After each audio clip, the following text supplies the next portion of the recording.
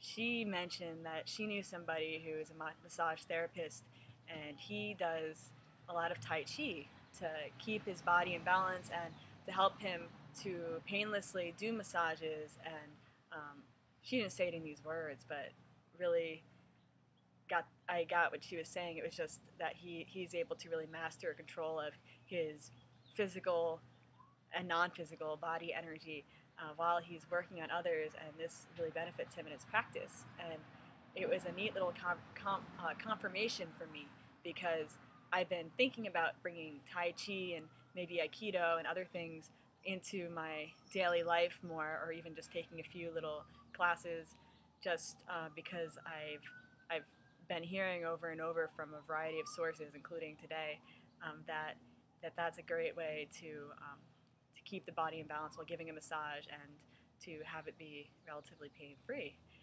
as well as it seems like a great practice in general. So I actually asked if I could get that guy's number, because I wanted to talk to him about what he was doing, and I'm always interested in making new connections. So I that felt good. I don't do that every day.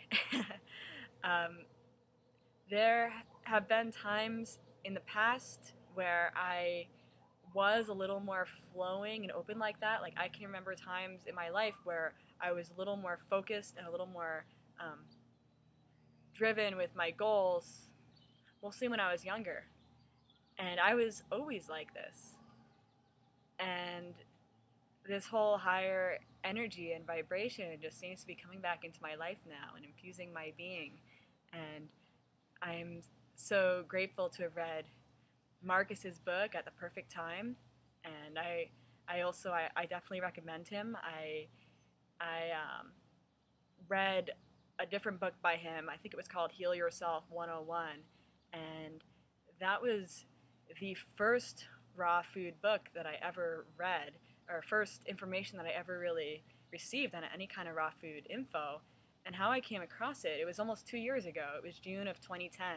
And I was just getting a little bit frustrated with my life, with having like somewhat lower energy levels, and remembering when I was younger that feeling tired waking up in the morning, and having my energy go up and down throughout the day, like that just wasn't something that affected me when I was younger. And I had a little more weight on my body than I had had before. And it was getting frustrating to me. And I felt stuck.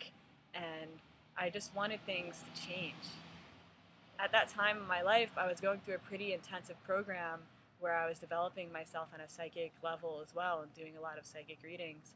And that was actually causing a lot of changes in my life on a regular basis as well.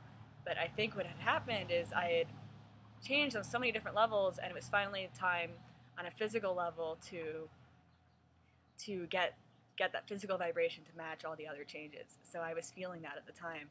And I went online, and I started just I just had the intention to kind of to manifest whatever it was I needed to come across, whatever it was I needed to know. That was what I was buzzing with at that moment in time.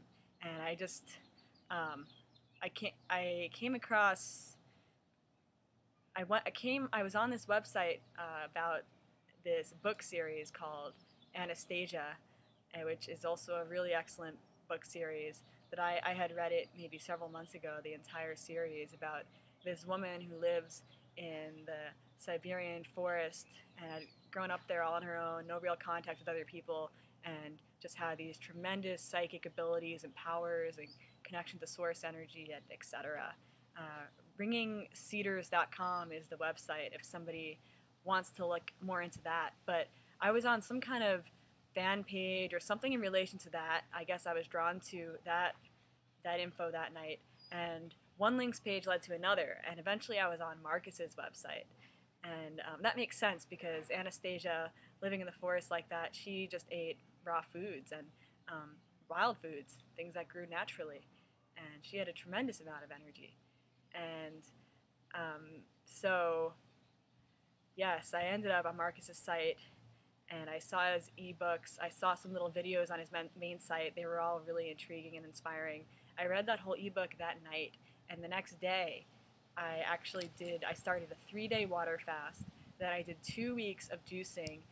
Then I did a week of green smoothies, and then I stopped for a week, and then I did 2 more weeks of juicing, and wow, during that time, so much changed. I very quickly became aggravated with where I was living. I became so sensitive to the energy and the just some of the frustration that I felt from the people who were physically living around me at the same place, and I just couldn't handle it. I actually ended up moving out and living out of my car for 6 months after that.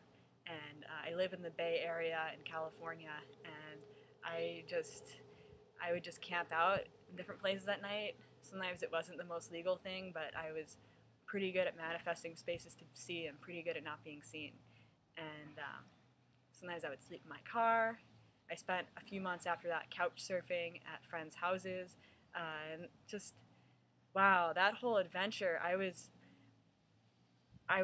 doing raw foods for all that time. I was also just experimenting with expanding my psychic abilities and with manifesting things and with pulling in things into my life that just experimenting with how my thoughts created my reality and with how I was feeling and what I was intending would also create my reality. And yeah, I don't think that it's necessary for somebody to be into spirituality to get into raw foods, though I find that often people who get into raw foods do end up getting into spirituality. It's it seems like an inevitable thing.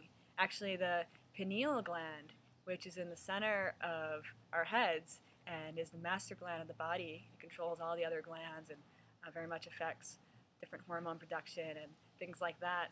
That gland, eating raw foods, helps to really clean it out in the average person who eats like just the average American diet, who eats like bread, refined sugars, pastas, like all kinds of things like that, dairy.